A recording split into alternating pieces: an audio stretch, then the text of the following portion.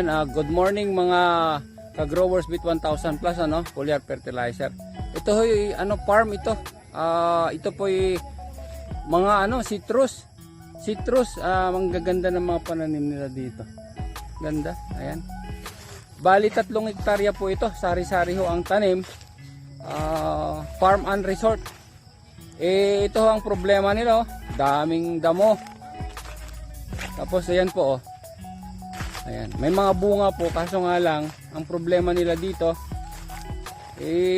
tinutusok ng mga insekto at halatang halata na kulang po sa nutrients kasi nga po yung texture ng bunga po nila namumunga naman po kaso po yung texture niya parang dry na dry po siya, dry. So hindi po siya kakakitaan ng talagang magandang klaseng bunga. Ang luwang po nito citrus, kalamansi at saka mga nyog. Dami ho. Dami pong Ayan kasama pa rin natin sa Ate Selly, si Tatay Valentin. Ayun.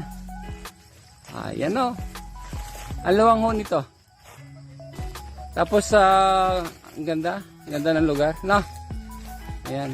Tapos overlooking po yung beach. Ayan po yung beach Ayan po. So kung lulobin ho ng Panginoon at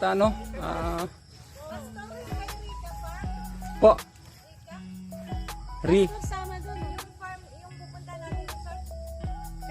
Please follow our Facebook page and subscribe to our YouTube channel. Thank you.